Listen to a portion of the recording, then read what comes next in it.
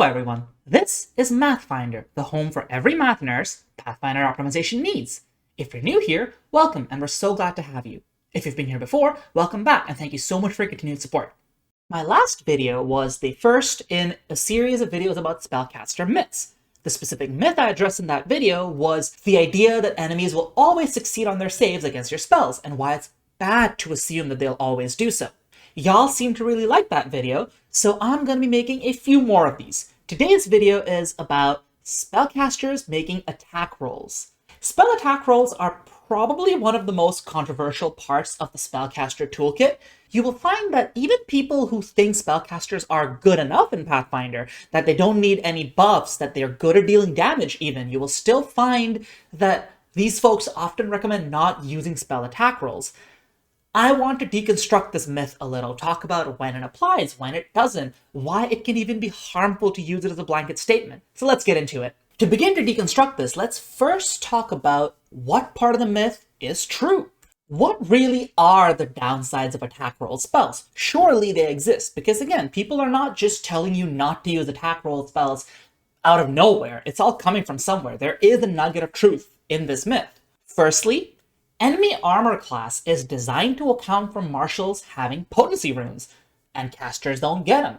This means that as you level up, you're gonna fall 1 behind, 2 behind, and for a portion of the game, even 3 behind martials' attack bonuses, and enemy ACs are scaled to those attack bonuses, so you're 3 behind where expected hit rates are for those enemies. On top of this, spells are 2 actions, unlike a martial's 1 action strikes. This means that even that small amount of lagging behind the martial's accuracy can really matter, because it means 2/3 of your turn might just go to waste because you missed. And secondly, even ignoring martials for a bit, casters have a lot of spells that have powerful effects on a successful saving throw. The vast majority of combat-oriented single-target spells in this game have some or the other effect on success, and a lot of them are pretty good. That means they're high reliability. That means that your 2 actions are likelier to get a reward that's usually on par with the martial making 2 strikes, hitting one of them and missing the other. So why bother using attack roll spells? Even if spellcasters have potency runes, they wouldn't be keeping up with their own success effects, would they? Now what this should mean, and I hope I'll have convinced you of this by the end of this video, is that attack roll spells are situational. They're not bad, they're just one part of the caster's really diverse toolkit. What people instead take it to mean is a boatload of things that I'm collectively calling the attack roll myth. Some say attack roll spells just aren't worth using at all. Some will say that only Maguses should really bother using them. Nobody else should. Some say that the Sure Strike spell and the Shadow Signet magic item at level 10 are mandatory math fixers, band-aids that make attack roll spells even function. That if you don't pick these up, you'll just feel terrible, and they're like attacks on your customization and on your gold. Some say that this fundamentally makes the Psychic a bad class, because the Psychic has 2 blasting-oriented subclasses that focus on attack roll spells. Oscillating Wave likes using Amped Ignition, and Distant Grasp likes using Amped Telekinetic Projectile. And finally, there's this notion that the designers literally just don't like spell attack rolls. They don't want you to use them. They have done everything in their power to discourage you from using them. It may sound hyperbolic, but I have literally seen that argument used. Some combination of these collectively is going to pop up in any discussion about spell attack rolls. It is a really pervasive myth, and hopefully by the end of this video, I have somewhat lessened the impact of this myth and equipped you with the tools to recognize when you should make spell attack rolls and when you shouldn't. So to start, we're going to take an accuracy comparison in the scenario where it's not a myth, in the scenario where a spell attack roll is just not something you should be using. Let's first, as a baseline, take a level 10 wizard whose spell save DC would be 29 versus the moderate saving throws of a creature 2, 3, or 4 levels above this wizard. These are all boss fights that this wizard at this level might be encountering. This is what the save spell accuracy ends up looking like. Let's say to cast a Thunder Strike against them. A critical success happens 20 to 35% of the time. A success happens 50% of the time. A failure happens 10 to 25% of the time. and a critical failure is only going to happen on a nat 1. These are pretty standard sets of outcomes for bosses. Now, let's take the same wizard using an attack roll spell against the same creature. Their AC is now what we're targeting, and I assume a high AC as opposed to a moderate save, because if you look at all the creatures in the bestiaries, in the monster core, you will find that high AC is actually more common than moderate AC, which is why I like using that as my baseline. This is what the accuracy of an attack roll spell versus a boss looks like. Now you'll notice there's no yellow bar. This is gonna matter later, so just remember that there's no partial effect on these attack roll spells. There's only miss, a full effect from a hit, and a critical hit. I will admit that the full effect is not always one-to-one with the failure effect of a saving throw. For example, a fail against a Thunder Strike at, say, a 5th rank spell slot is going to do a little bit more damage than a successful hit from a Horizon Thunder Sphere. This is true, but spells are a bit more complex than just their damage numbers. It's kind of a wash to even discuss that. For the purposes of this, there's no yellow bar on the attack roll spell. There's only green and blue as good outcomes, and there's red as the nothing happened outcome. That being said, it is very clear from this that you should not be using an attack roll spell against this boss. The vast majority of the time, somewhere between 65 to 80% of the time, literally nothing happens. It looks bad. Are attack roll spells just bad? That's what you think just looking at this baseline White Room math. Not quite. Let's get into when the math would be favorable. When are attack rolls going to have favorable math? Attack roll spells can much more easily benefit from teamwork, and this is a huge factor in what can correct this math. For starters, off guard is usually the single easiest condition to inflict on an enemy, especially on a boss. Secondly, a lot of Pathfinder parties are going to have some kind of an AoE status bonus to attack rolls. Maybe Bless, maybe Courageous Anthem. Maybe the Courageous Anthem is boosted by something like Fortissimo. This is not a guarantee, but it's a pretty common playstyle, and that might change your decisions. And finally, you can always ask an ally for aid on your attack roll. I have spoken in a past video about how spellcaster attacks tend to be much more valuable to aid than a marshal's attack rolls, and that's going to be a factor in favor of spellcaster math. Then there's the fact that it tends to be much easier to get a fortune effect, that is, you roll twice and pick higher on your attack rolls, than it is to inflict misfortune on enemy saving throws. Firstly, there's the obvious. There's Sure Strike, which Arcane and Occult spellcasters just have access to at a baseline, and other spellcasters can still pick it up via archetypes if needed, right? At higher levels, you even have True Target, which doesn't just give you this fortune, it also gives the rest of your party fortune on their next attack roll. That's a huge benefit to have. There's also hero points, which a lot of people don't really account for. Because so much of your toolkit revolves around making your enemy roll and avoiding just being near the enemy in the first place, you're gonna end up having a lot more hero points than people give credit for. Even just the one baseline at the start of a session, even if you somehow get no hero points for the rest of the session, that's still one on-demand fortune for one of your attack roll spells. You may as well use it. And finally, there's always the Shadow Signet. I will get into a bit more detail about the Shadow Signet later on in this video, but it does smooth out the math for higher levels if you need it to. All of these factors combined can make the math a lot more favorable for spellcasters, and they can make attack roll spells worth using. So let's check out the math.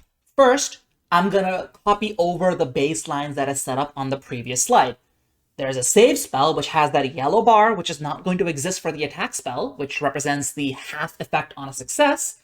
And then there's the attack spell, which is at a baseline performing horribly. Now, let's make one minor modification. First, let's just inflict off guard on the enemy. All we have done is given the enemy a -2 to their armor class. Now, the attack roll spell is still struggling. 55% of the time against a level 12 boss, you'll do nothing. 70% of the time against a level 14 boss. But you can kind of start to see why you might consider the attack roll spell. It is a high risk, high reward option.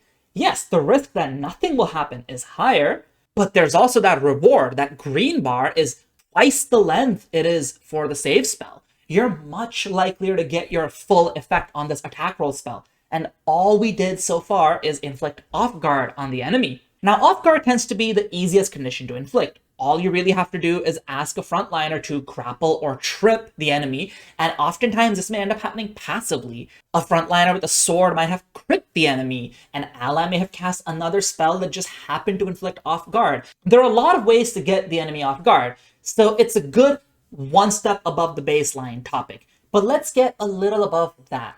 What if now you have an off guard and a +3 bonus collectively from a few other sources? This could be, for example, someone with master proficiency gave you an aid action. This could be because a bard used Courageous Anthem with Fortissimo.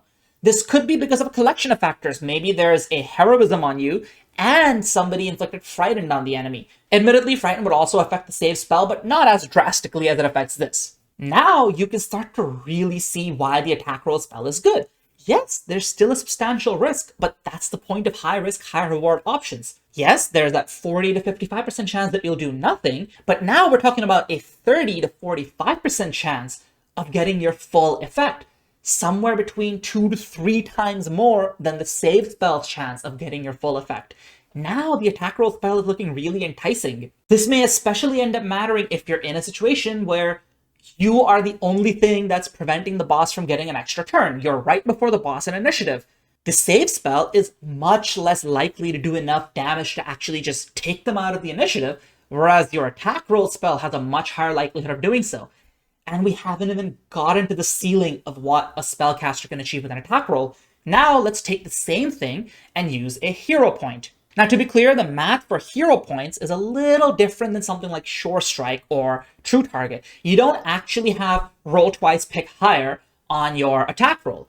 The way I have normalized the math is I'm only applying the hero point if you miss and then you re-roll it.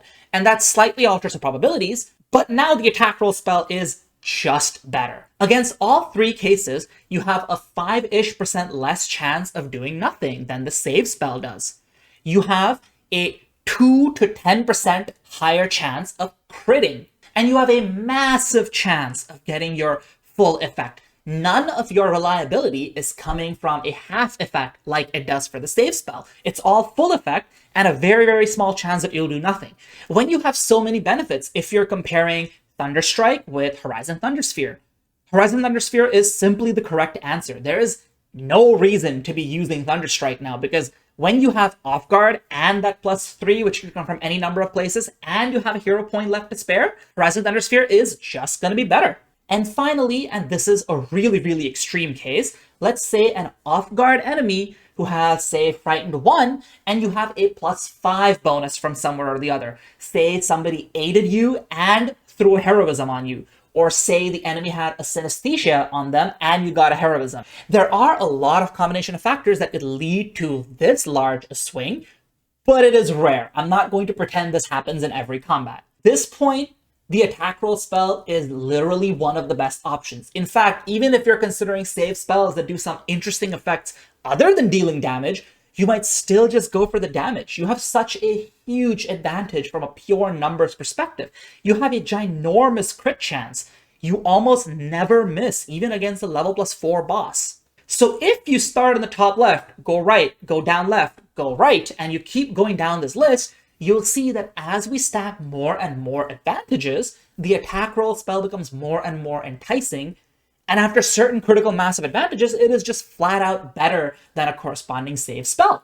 This is the overall point I'm trying to make. Attack roll spells should not be dismissed because they have bad baseline math, because it is so easy to alter things from that baseline. If you have a little alteration, your attack roll spells got a little better. Now they're high risk, high reward options. If you have a lot of alterations, your attack roll spells genuinely got better than some of your saving throw spells. So now you go on a case-by-case basis. Attack roll spells are not just bad. Attack roll spells are not just automatically good. These spells are just one singular part of your spellcaster's toolkit. And a spellcaster's toolkit is intended to be diverse and have a lot of options and a lot of different ways to achieve the same thing so that you can use the right one in any given situation. And what is a situation for using an attack roll spell? Attack roll spells are best to use when your party has stacked the math in your favor. Sometimes you might do this with intention. You might just ask an ally, hey, can you throw an aid my way? Sometimes it just happens accidentally. When I play my wizard, there are plenty of times when the bard threw up a fortissimo composition and a synesthesia on the same turn, or a true target on the same turn. And they were not doing this for me, they were doing it to set up the marshals' attacks. And perhaps the marshals inflicted off guard because one of them used a trip so that both of them could trigger their reactions. These sorts of situations happen all the time. And now I suddenly have that massive swing in the bottom right chart, where I have a bunch of numerical bonuses and I have fortune on my roll. I like to keep some amount of attack rolls in my toolkit ready for these exact situations because they just pop up by accident sometimes. Just like anything else in my toolkit as a wizard, this is the situational option, and I'm going to use it when the situation is favorable. And as this math shows you, the situation can go anywhere between slightly favorable to really objectively incredibly favorable for spell attack rolls. You simply have to pick and choose when to use them. Now, if you're paying attention, you may have noticed I made no use of the Shadow Signet in my previous example. I set the example at level 10. You might have assumed this was because I wanted to use a Shadow Signet. Why did I not use it? Well, I'm about to drop a hot take. I think the Shadow Signet is so overrated, and I think it's because of this myth. Because people assume spellcaster attack rolls are considerably worse than they are in practice, they then assume the Shadow Signet to be considerably more mandatory than it is in practice. Is it nice? Is it a nice to have option that will often make a nice difference to your attack rolls? Maybe even a +1 or +2's worth of difference. Yes, it is. It's a great magic item. Is it mandatory? Is it a gold tax? Is it a math band-aid? None of those things. It is just another level 10 magic item, and spellcasters have a lot of good level 10 magic items to consider. Would I necessarily spend that gold on a Shadow Signet over, say, my class's appropriate focused trait item? Not necessarily. I'll probably pick the focused trait item unless I have a really good reason to pick the Shadow Signet. So let's take two different data points. Shadow Signet is capable of letting you not target AC and instead target reflex or fortitude. If we look at these two data points, first a level 10 caster versus a boss 2 levels above them, and then a level 18 caster versus a boss 2 levels above them, you'll see that the enemy's AC falls quite close to the middle of the low, moderate, high range of saving throws that the enemy might have. The choice of level 18 is because at level 19, casters are going to get legendary spell attack rolls, and that's going to catch them up a little to Marshall's attack roll math. So I wanted to ignore levels 19 and 20. I want to look at the level 10 to 18 range, where Shadow Signet is likeliest to make the biggest possible difference. So how often is Shadow Signet actually going to improve your attack rolls? First, you might just get false information and target a high saving throw. This doesn't happen all the time, but it does happen sometimes, and it's worth accounting for. If you do get false information, you're going to just perform worse than if you had just thrown the attack at the enemy's AC. And remember, the same is not necessarily true if you had used an actual saving throw targeting spell against that high save, because you still had that ginormous chance of a partial effect. Whereas if you're doing an attack roll and you shifted it from AC to the enemy's higher save, you just added a 5 to 15% higher chance of doing literally nothing. This is something that'll happen some portion of the time, and it's worth talking about. Then there's the fact that you may target the moderate save, and as you can see, the moderate save is a little better than targeting the AC. 32 versus 33 AC, 43 versus 45 AC. But you can no longer benefit from off guard. Off guard, as I mentioned before, is the easiest of the conditions to apply to an enemy that can modify your attack rolls in some way. And off guard simply does not apply to the save that you target. It's only going to apply to their AC. The reverse isn't true. There are not very many penalties that are going to apply to reflex or fortitude save DCs that don't also apply to AC. Frightened is going to apply to all three of these. Clumsy is going to apply to AC and reflex. Distracting Feint, it's going to apply to AC and reflex. Drained is probably the one condition where you might find the enemy's fortitude being debuffed but not their AC, but it's much, much, much less common to inflict than off guard. So this is a factor to account for. If you're simply looking at Shadow Signet, looking at the enemy and saying, they have a high fortitude, let me target reflex, or they have a high reflex, let me target fortitude. If you don't know for a fact that you're targeting a lower saving throw, it's kind of a wash. You might end up getting a benefit over AC, but you might not, because there's quite a high chance that off guard on the AC would have covered up the benefit or even overtook the benefit of shifting to the enemy's middle saving throw. Now, of course, if you target a low saving throw, you will consistently perform better with Shadow Signet than you would if you had targeted AC. Even then, there can be weird corner cases. Let's say the enemy has a low save of Fortitude, but then they have a +1 to saves against magic, which isn't uncommon at high levels. And then let's say your party has inflicted off guard plus synesthesia on the enemy. Now AC is the better target. Reflex still isn't, because reflex is going to be tied with moderate, which means off guard is probably going to pull you ahead of that. And Fortitude isn't, just because of the +1 to save against magic. So despite targeting the enemy's lowest save, AC was still the better thing to target. Now, to be clear, that's going to be very rare. It is a corner case, but it's still going to happen. And of course, sometimes monsters don't have that +3, medium, -3 save differential. Sometimes it's more compressed. Sometimes they have 2 slightly better than middle saves and 1 noticeably worse than high save, something of that sort. In those cases, it's really unclear how much Shadow Signet will even benefit you. It might benefit you, but if the enemy's off guard, it definitely won't benefit you. And one of the biggest downsides of Shadow Signet is that it does not even work with psychic amps. Amps specifically disallow spell shapes from working with them, and Shadow Signet is a spell shape. This means that the spell attacker class isn't good with Shadow Signet. If that isn't signposting about Shadow Signet not being mandatory, I don't know what is. And it's not just amps. Amps are probably the biggest case of something important being overridden by Shadow Signet, but there's other cases too. Shadow Signet, for instance, will not work with Reach Spell, which a lot of spellcasters will be using. It will not work with the Sorcerer spell shape that lets them target 2 different targets with their attack roll. So once you start stacking up all these downsides, is Shadow Signet a mandatory magic item? I don't think so. I think it's still a good magic item, especially if you're good at finding the enemy's lowest saves. For example, if a Thaumaturge or Outward Ranger is helping you out here.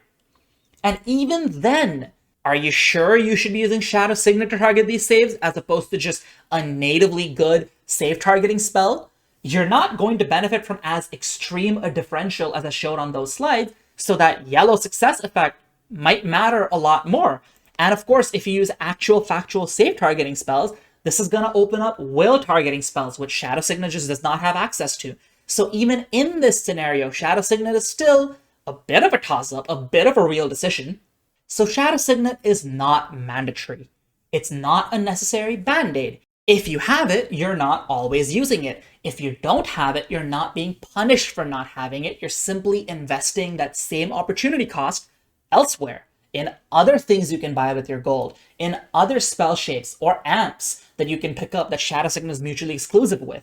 Like every other tool in a spellcaster's belt, attack rolls are just going to be one of the many things they should be trying to do. You should use attack rolls in the situations where it applies best, like when the math is favorable to you due to teamwork, like those charts I showed on the previous slide. And Shadow Signet is one of many ways to tilt that math towards yourself. Don't feel pressured to pick it. Pick it only if you need to tilt the math in your favor more often than not, because you want attack roll spells to be your bread and butter. But do not pick it simply because it looks mandatory. It isn't. Your attack roll spells are going to be a valuable part of a toolkit even without Shadow Signet, and I am saying this from experience. And as always, before closing out the discussion, we will look at other factors, factors that go beyond just the math, factors that might augment the math in some cases. Firstly, attack roll spells often have powerful riders attached to them. And yes, saving throw spells do too. Ignite Fireworks can do some damage and dazzle an enemy. But you will notice that attack roll spells often have really high reward riders to offset the fact that these are high risk spells. Briny Bolt can blind enemies without the incapacitation trait. This is quite rare. It is hard to blind enemies as a spellcaster until much higher levels. Dazzling tends to be easy. Blinding, not so much. Hydraulic Push will push enemies as part of the damage you deal. Pushing enemies tends to be inherently a little more powerful than just moving them in any other way, because You're not falling under forced movement restrictions. You can push them off a ledge, you can push them into hazardous terrain, etc. Needle darts is a really good way to trigger metallic weaknesses on enemies, which a spellcaster may otherwise not have as much access to. And it's not just riders that matter. Attack roll spells that don't have riders often have other factors offsetting the fact that they don't have these amazing riders. Oftentimes, these factors will just boil down to a built-in degrees of success system. For example, Horizon Thunder Sphere for 2 actions will just have the 3 degrees of success: miss, hit, critical hit. But if you use 3 actions on it, it now has a half hit option. Likewise, Camel Spit and Biting Words will, for the cost of 2+1+1 actions spread across 3 turns, give you 3 separate attack rolls. Individually, these attack rolls will do less than any one attack spell, but now you have effectively given yourself degrees of success. A 1/3 degree, a 2/3 degree, a 3 out of 3 degree, and the potential that one of those may crit. All of these combined can moderate the impact of your lessened accuracy. Diadem of Divine Radiance is a mythic spell that takes to an extreme. It does a good chunk of damage, attacking at a much higher proficiency than an enemy's AC is going to be accounting for. This means it more than offsets the item bonus downside, and it can be repeated again and again, like Camel Spit and Biting Words, and more than a fixed number of times. That is, of course, an extreme example. I'll get a bit more into mythic games in a bit. Then there's a factor that sometimes offensively oriented spellcasters might struggle to diversify their saving throw targeting, and they should carry some attacks in that case. This is most common on primal casters, especially prepared ones. You're going to run into some scenarios where you're just targeting the enemy's higher saves, because primal spellcasters usually target reflex or fortitude. Yes, they can target will, they have fear, they have lose the path, but oftentimes the effect you will get from targeting will be significantly worse than what you would get from targeting a reflex, so you might be running headlong into the enemy's highest save. And in those cases, just switch to attack roll spells. You're going to get the benefits of no longer running into the enemy's highest defense, which can be a 10 to 15% boost, and you're going to get all the math benefits from the previous slides, which may end up with you pulling really far ahead of the performance of something that could target the enemy's highest or second highest saving throw. So always carry some attack roll spells just in case they end up mattering. Then consider that attack roll spells will let you bypass anti-caster defenses in a lot of cases. The most common form of that is +1 or +2 status bonuses against magic. This becomes more and more common as you get higher and higher up in levels, making attack roll spells more and more of a consideration because they're not affected by this. A really extreme example of this pops up in mythic games. Mythic games are really good for attack roll spells because of 2 factors. 1, they can completely ignore mythic resilience, the ability of mythic foes to upgrade their saving throw by 1 degree. It does not affect attack rolls, and thus attack roll spells are really valuable in mythic games. And secondly, if you figure out a way to make your attack roll at mythic proficiency due to perhaps using Diadem of Divine Radiance or mythic magic or mythic casting, making the attack in mythic proficiency corresponds to a 20 to 30% higher chance of critting, depending on the level you're at. And that's awesome. And of course, the math benefits I listed on my previous charts, all of these can amplify these factors. The high-risk, high-reward riders suddenly just become really reliable riders. The inability to diversify suddenly converts into realizing that AC is the enemy's lowest defense due to external factors. So in summary, do not ignore attack roll spells. They're one of the many valuable parts of a spellcaster's toolkit. A lot of folks giving you advice when you're a new player are going to tell you that you should ignore attack roll spells, and they're giving you this advice in good faith. It is good advice to recognize that saving throw spells are often a spellcaster's bread and butter, but attack roll spells have their place. Spellcasters' toolkits are inherently full of many situational options, and attack roll spells can just serve as another one of those situational options. Know when to use them, know when not to use them, and to use saving throw targeting spells instead, and you will find your spellcaster characters being more powerful and more useful. I hope I have changed some minds on attack roll spells with this video. Now for something unrelated to the point of this video, but something I wanted to talk about anyways, a tabletop role-playing game called WARDEN. This is a game that is currently in development, and I have talked to the creator and volunteered to promote this. I have not been sponsored, and I have not been given any payment for this. I simply believe in the game's design goals and wanted to share them with you. It is currently on BackerKit, and I highly recommend checking it out and perhaps backing it. The full playtest is live for anyone who wants to access it, so you can make up your mind on this game's design philosophies and math and balance before you commit to backing it. So firstly, what is Warden? Partially in the creator's own words, it is a genre-agnostic and cinematic D20 role-playing game. It is built off of Pathfinder 2e's baseline math and action economy, and I think the way it plays around with the baseline math and uses the action economy in clever ways really sets it apart. So how is it different than Pathfinder? Why would you play it over Pathfinder? Firstly, it drops a lot of the busy work going on behind ability scores and your class progression charts, and it focuses on your character's investments. It becomes more about what you want your character to be, how you want to customize your character into one of 3 different paths. There's the combat path, which defines your martial abilities, what you can do in combat, often with weapons or unarmed attacks. There's the special path, which can reflect magic, psychic powers, technology, divine powers. Remember, this game is genre agnostic, so special corresponds to a lot of different things. And to be clear, it corresponds to these different things without just making them into reflavors of one another. They are distinct from one another. And the third path is skill, which corresponds to your out-of-combat utility in a lot of cases. Classes are replaced with this more fluid and customizable system. If you wish to build a Gish, for example, you don't need to just pick the dedicated Gish class. You will invest a little bit into the combat path, and as you level up, you will invest a little bit more into the special path, and you will simply build out your Gish. Your level of proficiency depends on the level of investment you have in any given path. So if you find yourself splitting your levels 5 and 5 between combat and special, your proficiency for special is going to be lower than somebody who put all 10 levels into special, and lower than somebody who put all 10 levels into combat. But you're going to have access to unique abilities from both and a slightly lower proficiency for both. As I alluded to in the previous point, it compresses the level range down to 1 to 10. Levels 1 to 2 still correspond to your character being novice adventurers, but levels 3 to 10 represent a much more rapid growth.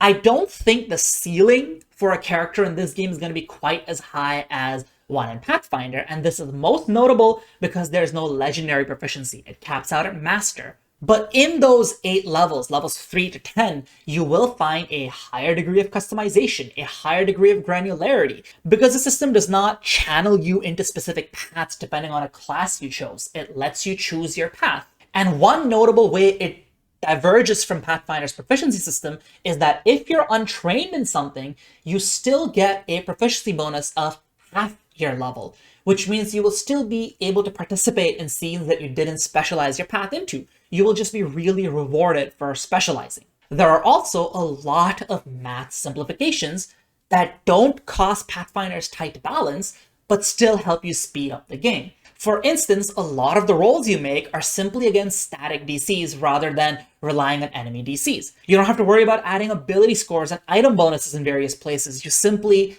account for the bonuses that you get via your path investment. And one of the biggest and coolest simplifications is the initiative system. I know this is not unique to Warden. I have seen it in other games, though I forget which one off the top of my head. But the way initiative works is that enemies always go first and players always go last. And there's a 3-action economy. But at any point during the enemy phase, including right at the start of it, a player can opt in and say, I will simply expend one of my 3 actions to go first. Now the player has 2 actions, so they effectively gave themselves a slowed condition, but they get to automatically beat all their enemies in initiative and go in a place where it's tactically favorable to do so. This can lead to some really dynamic gameplay because a ranged character may choose to go first to get that additional boost of 2 attacks while the enemy is still far away, whereas a melee character will choose to let the enemy close the distance and then get all their 3 actions offensively. And it has this dynamic addition to the gameplay while also simplifying the math. You're not rolling initiative, you're not checking who has a pilgrim's token to break ties and stuff like that. This is just one of the many math simplifications the game makes across the board, and I think a lot of these math simplifications can add up to the game feeling a little less clunky than Pathfinder sometimes does. And then one of the biggest areas where Warden differs from Pathfinder and is worth checking out for, in my opinion, is spellcasters. So many discussions of spellcasters, including this video, including the Spellcaster Myth video, are built off of the fact that we're still living in the shadow of Vancian and pseudo-Vancian spellcasting. We have spell slots. Spell slots exponentially grow in power rather than linearly. As you get more and more higher rank spell slots, your lower rank spell slots get converted into other forms of value, such as pre-buffs or reactions. The fact that the entire game is balanced and warped around this, on the one hand, that's kind of kudos to Paizo for figuring out how to balance such a ginormous monstrosity of a system, but on the other hand, it's a bit of clunk, and unfortunately, it can sometimes make the game feel less cinematic. You don't see spellcasters in media like Gandalf in Lord of the Rings or Sypha in Castlevania do anything that really feels like Vancian or pseudo-Vancian spellcasting.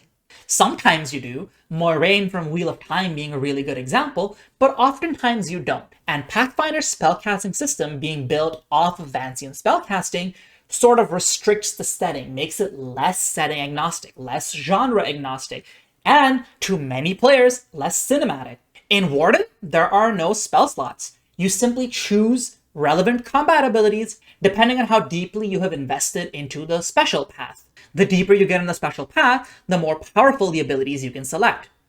These abilities do not consume a daily resource. They simply inflict strain on your character, which in my opinion is a good reflection of how spellcasters tend to operate in media. Spell slots, like I just mentioned, not being the best representation of that. On top of this, spells now don't cost 2 actions. They cost 1 action. And they do come with the caveat that there's limitations on how many spells you can do on a single turn. So it's not like you're just going to use 3 actions casting 3 different spells and just maximize your strain. You're not going to do that. You're still most likely casting 1 spell in a turn. But now it gives spellcasters the ability to play around with the 3 action economy a lot more, which I know seems to be a complaint of a lot of players in the system. And honestly, again, spell attack rolls are a big part of it. In this game, if you want to be good at using spell attack rolls, you might just feel like a turret. You might feel like you have to stay in place, maybe move into position, and just use reach spell plus attack roll, sure strike plus attack roll, 3 action Horizon Thunder Sphere. You don't get those cool 3 action play patterns that martials often get to play with. The change of making all spells into 1 action options and then restricting how many you can do in a turn is going to let spellcasters engage with the system in really cool ways. So I hope with all this, I've convinced you to at least check out the system. I'll be linking the backer kit in my video description, and I'll be linking their playtest in the video description. If you like the playtest, please consider backing them. As of the upload date of this video, there's going to be 14 days left to back Warden, and I highly recommend backing it. If you play Pathfinder and you feel like a little bit needs to change, but you really love the baseline math and action economy, you just want minor changes, Warden might be for you. Maybe you want a better representation for settings that are not Golarion. Maybe you want a bit more cinematic nature to magic or even martial options. Maybe you want more customizable out-of-combat options. Or maybe you just want a little less math clunk. No matter what combination of these things you want, I recommend checking out Warden. That'll be all for today's video, folks. As before, I hope I've convinced some of you that the spellcaster should never use attack roll things is hyperbole. You should use attack rolls. You should consider when to use attack rolls. I also hope I have convinced some of you to check out Warden and maybe even back it. If you liked this video and would like to see more of the Spellcaster Myth series in the future, please like, comment, and subscribe. If you have anything you disagree with me about spell attack rolls, please feel free to leave a comment and I'll try and engage with you. Otherwise, I'll see you next time.